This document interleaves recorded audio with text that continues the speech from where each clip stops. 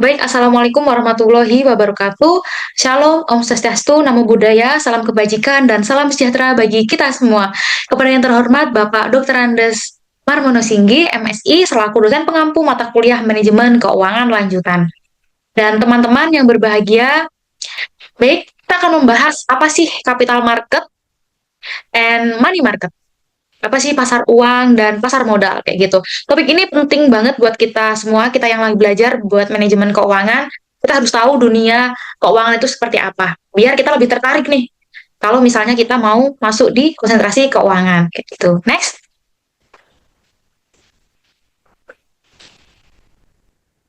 Oke. Apa sih pasar keuangan itu? Jadi gini teman-teman, bayangin aja ada dua orang yang punya uang lebih. Misalnya kita nabung, terus ada perusahaan atau pemerintah yang lagi butuh buat proyek, butuh uang buat proyek. Nah, kita nabung, uang kita ditaruh di bank, ada pemerintah yang butuh uang buat bikin proyek kayak gitu.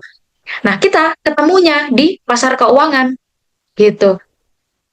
Pasar keuangan ada dua. Sebelum itu, aku akan bahas pasar keuangan itu adalah mekanisme tempat bertemunya pihak yang memiliki kelebihan dana atau surplus unit dengan pihak yang membutuhkan dana atau defisit unit. Jadi ada dua, ada pasar uang, ada pasar modal. Kalau pasar uang itu buat yang butuh duit cepat maksimal itu 1 tahun, bisa disebut dengan jangka pendek kayak gitu. Kalau pasar modal itu butuhnya lama, buat yang mau investasi lama, buat yang mau nabung lama, yang sabar kayak gitu. Tapi dari 1 tahun bisa disebut dengan jangka panjang kayak gitu. Next, selanjutnya adalah perbedaannya. Perbedaannya dari segi aspek, ada pasar uang, pasar modal itu apa? Kalau dilihat dari beberapa aspek tersebut, perbedaannya itu apa? Untuk yang pertama, waktu. Jangka waktu pasar uang itu lebih kecil daripada 1 tahun. Kalau pasar modal lebih besar dari 1 tahun kayak gitu. Jadi tadi sudah dijelaskan bahwa kalau misal punya kesabaran lebih nih, ke pasar modal aja. Kalau mau cepet ke pasar uang aja kayak gitu. Lalu tujuannya, kalau pasar uang buat kebutuhan sehari-hari, misal untuk likuiditas itu. Kalau pasar modal buat ekspansi pasar, buat investasi yang lebih besar, dan skalanya itu juga lebih besar. Kalau misal pasar modal. Nah selanjutnya yaitu risiko. Pasar uang itu aman aman ya, resikonya itu lebih rendah. Kalau pasar modal itu naik turun, fluktuatif, resikonya juga lebih tinggi gitu. Keuntungannya kalau kalau dilihat dari segi keuntungan, pasar pasar uang itu keuntungannya kecil tapi pasti. Seperti bunga deposito, kalau pasar modal itu bisa gede tapi juga naik turun ya, fluktuatif kayak gitu. Keuntungannya gede, resikonya juga gede gitu. Selanjutnya itu tempat jual belinya. Kalau pasar uang itu lewat antar bank biasanya OTC gitu. Kalau pasar modal lewat aplikasi, kan ada ya, mungkin teman-teman udah tahu, kayak mahasiswa kan juga udah familiar ya sama beberapa aplikasi, bisa disebut dengan iPod, Stockbit gitu. Itu adalah aplikasi buat di pasar modalnya, buat tradingnya. Terus yang mengawasi itu apa, siapa? Kalau pasar uang itu yang mengawasi itu BI. Kalau pasar modal itu yang mengawasi adalah full OJK. Jadi intinya kalau mau aman dan cepat ke pasar uang. Kalau misalnya kalau mau lama, untung lebih besar dan sabar, itu pasar modal. Next, instrumen pasar uang dan instrumen pasar modal. Nah, di sini ada beberapa instrumen ya. Jadi yang pertama untuk pasar uang itu yang mau duitnya lebih cepat tapi lebih aman itu sertifikat deposito.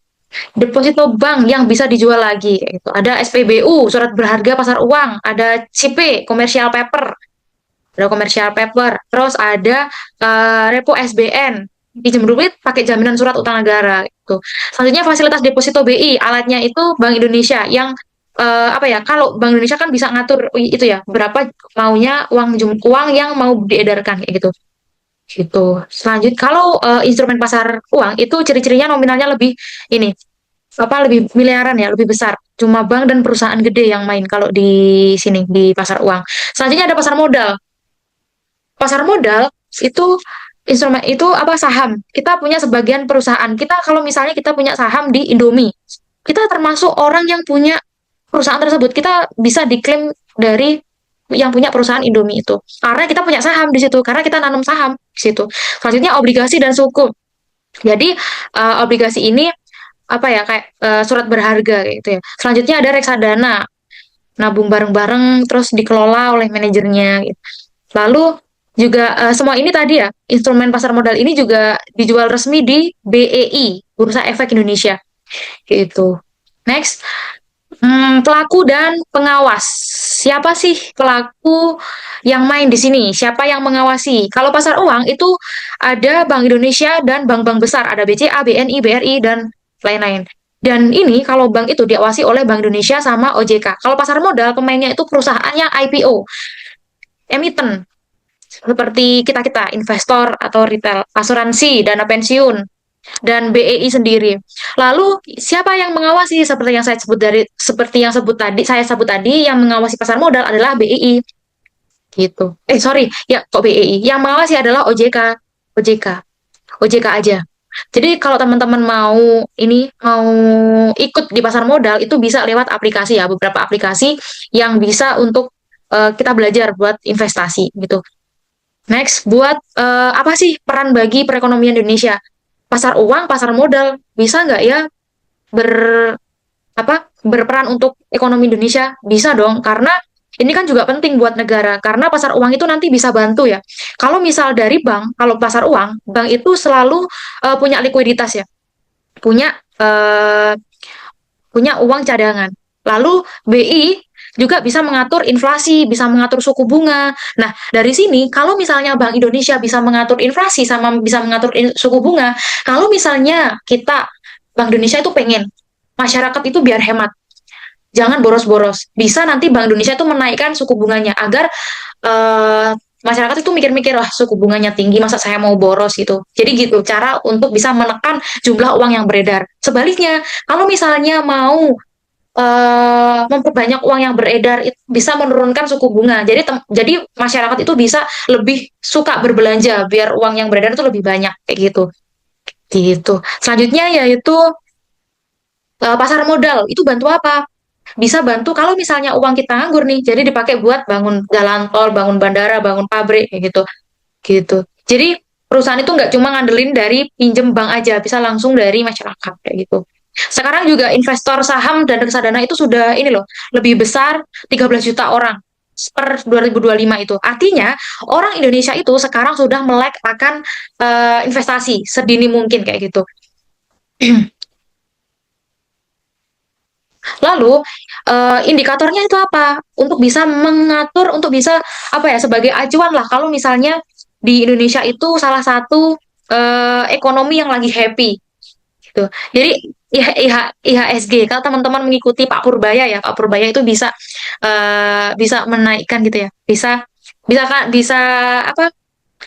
Bisa bisa menjadikan masyarakat itu lebih melek akan keuangan karena Pak Purbaya itu selain gayanya yang koboi dia juga pinter buat ngeprint IHSG itu biar kelihatan bagus kayak gitu gitu. Selanjutnya kesimpulan, kalau misalnya teman-teman tadi bingung ini sebenarnya apa poin yang kita perlu tangkap kayak gitu.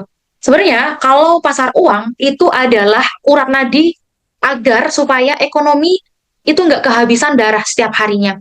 Jadi kalau misalnya Indonesia itu ekonominya lagi melambat, ya udah kita ke pasar uang kayak gitu.